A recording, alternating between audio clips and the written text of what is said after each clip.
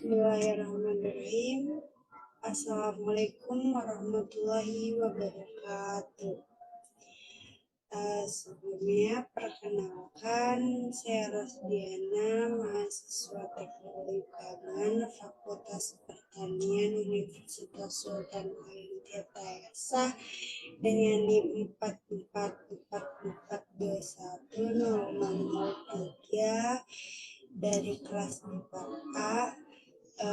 Di sini saya akan sedikit mereview tentang analisis kadar air dalam bahan pangan menggunakan metode kalsium karbida. Nah, berkaitan dengan analisis kadar air dalam bahan pangan, itu dikaitkan dengan bahan pangan yang kualitas bahan pangan tersebut gitu, karena kadar air dalam bahan pangan itu sangat berpengaruh terhadap mutu organoleptik dari bahan pangan tersebut. Mungkin untuk presentasi pada kali ini kalsium karbida metode analisis. Nah, untuk kimia dengan rumus di itu H2 molekul yang berbentuk zat. Nah, selain itu yang terjadi di mana ikatan kimia antara oksigen dan hidrogen polar dan mampu melarutkan beragam senyawa seperti garam dan air yang polar dalam bahan pangan. Jadi kadar air di dalam suatu bahan pangan. Nah, di mana kualitas air akan yang berkembang mengalami perubahan. Nah, bahan pangan bukan dan 20 sampai 90%, 70 sampai 75%. Di sini yang paling tinggi yang diketahui bahwa sayur dan buah-buahan ini memberikan penanganan yang baik, maka si sayur dan karena mempunyai kadar air. Selain itu, bebas ada dua, air bebas dibahas itu air dan intergranular itu dia bebas terdapat di moli. Nah, sedangkan kalau air terikat lemah, atau makromolektati dan selulosa jenuat hanya bisa ini pada itu ada air terikat kuat, aimik, sehingga relatif sukar dihilangkan atau dilupakan.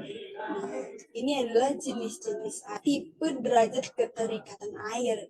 Nah, yang tipe pertama itu molekul air yang melalui suatu ikatan hidrogen yang berenergi, molekul air yang membentuk ikatan hidrogen dengan molekul air lain yang terdapat dalam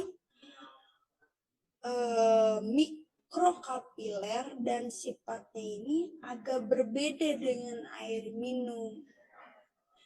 Sedangkan yang tipe ketiga, air yang secara fisik terikat dalam jaringan matriks bahan seperti membran kapiler, serat, dan lain-lain.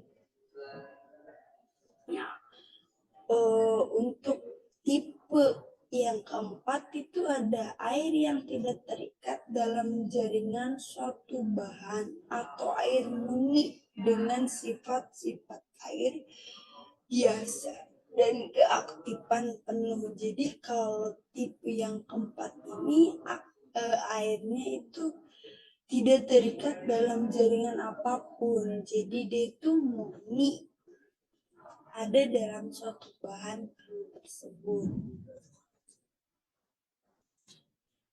Nah, selanjutnya yaitu ada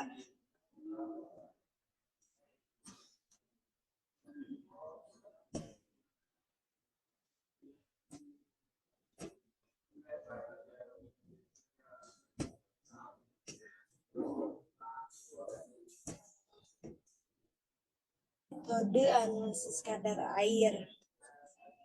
Nah, untuk metode analisis kadar air ini terbagi ada 4.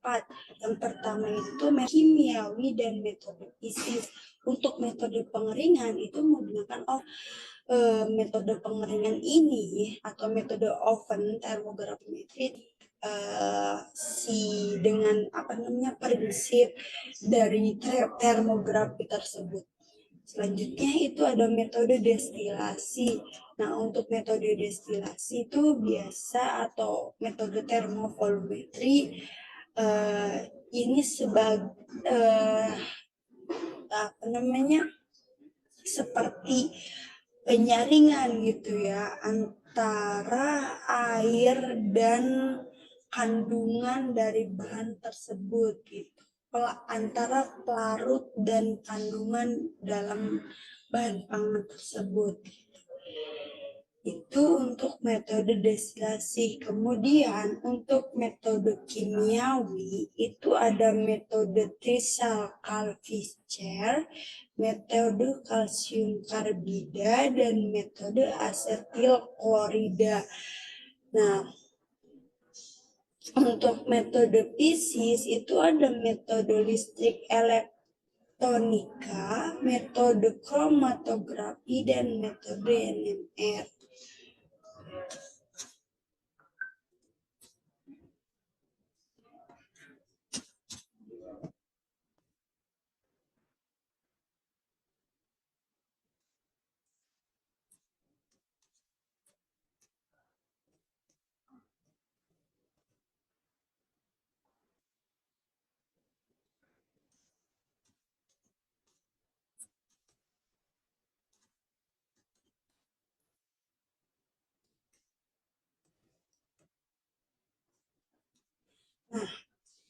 Nah, untuk saat ini karena pembahasan saya akan membahas tentang metode kalsium karbida, jadi perlu kita ketahui terlebih dahulu apa sih kalsium karbid atau kalsium, rumus CaC2.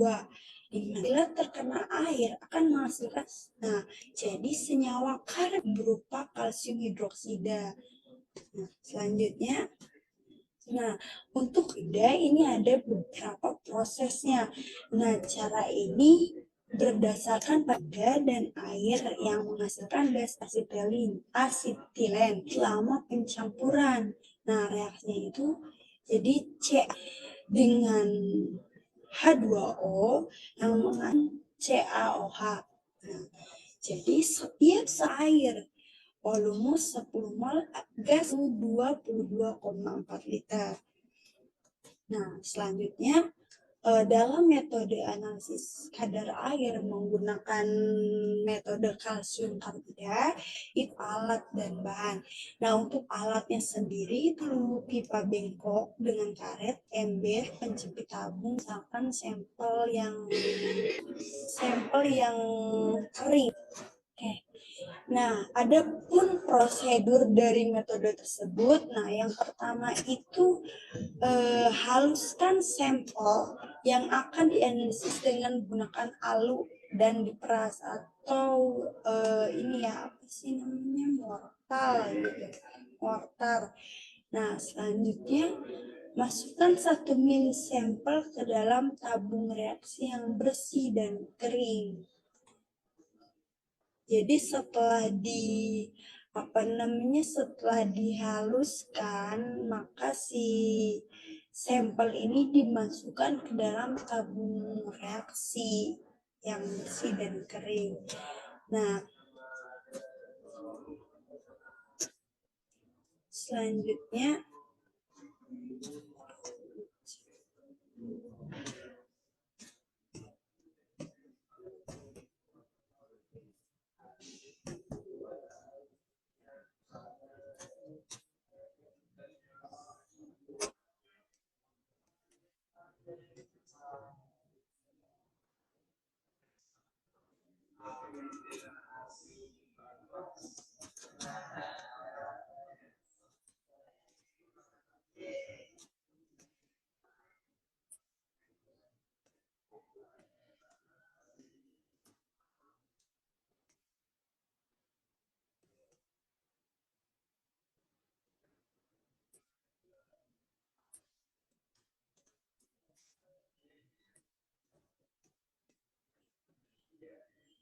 air ke dalam ember dan masukkan gelas, ukur hingga terisi penuh dengan air. Lalu posisikan gelas ukur terbalik, air di dalam dan air di dalam itu harus tetap penuh. Nah, selanjutnya yang keempat itu masukkan selang yang telah tersambung dengan pipa bengkok ke dalam gelas ukur hingga hampir menyentuh ke dasar gelas ukur tersebut. Nah, selanjutnya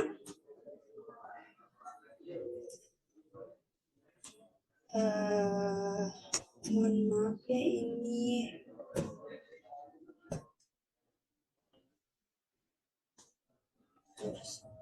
ini agak kurang ini.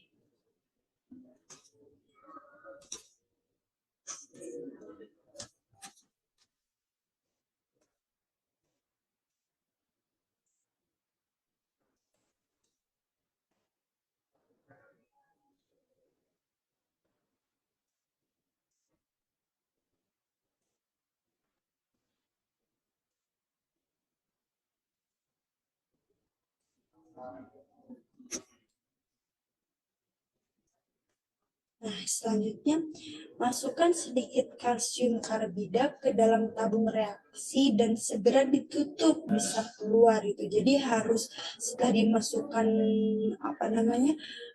kalsium karbida agar si gas ini tidak keluar gitu.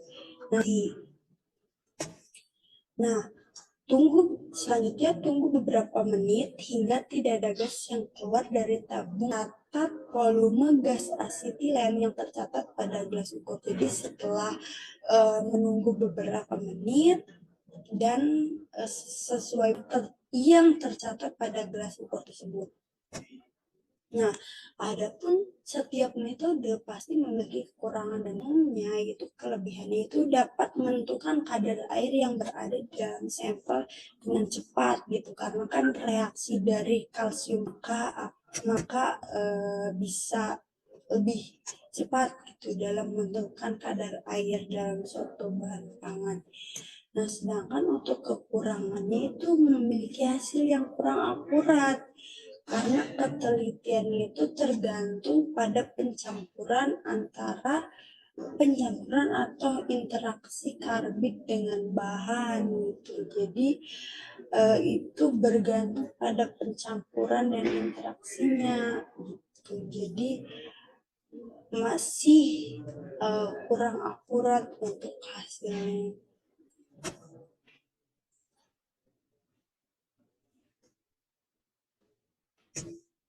Nah, katuan jumlah asetilen ini ada beberapa tahap. Yang pertama itu menimbang campuran sampel dan kalsium karbida sebelum dan sesudah reaksi selesai.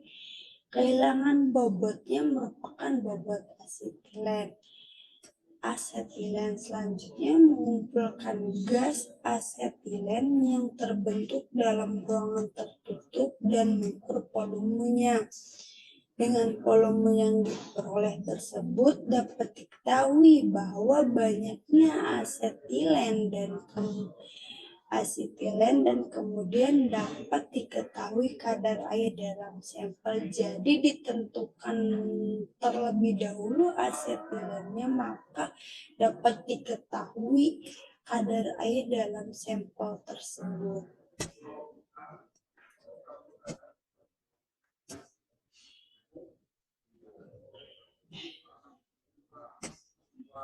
Nah, dengan mengukur tekanan gas asetilen yang terbentuk jika reaksi dikerjakan dalam ruang tertutup, dengan mengetahui tekanan dan volume gas asetilen dapat diketahui banyaknya asetilen Dengan demikian, kadar air dalam sampel dapat diketahui. Jadi, sebelum kita mengetahui kadar air dalam sampel, maka kita harus mengukur tekanan gas asetilen terlebih dahulu agar dapat mengetahui kadar air dalam sampel tersebut.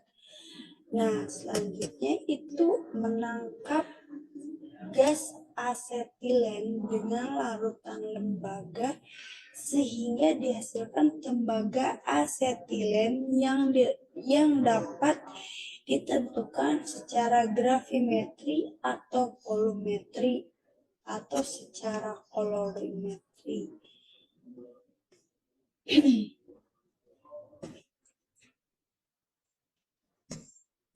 Nah, mungkin cukup sekian untuk review analisis kadar air menggunakan. Mohon maaf apabila masih banyak kekurangan dan kelebihan. Saya akhiri review kali ini. Terima kasih atas perhatiannya. Wassalamualaikum warahmatullahi wabarakatuh.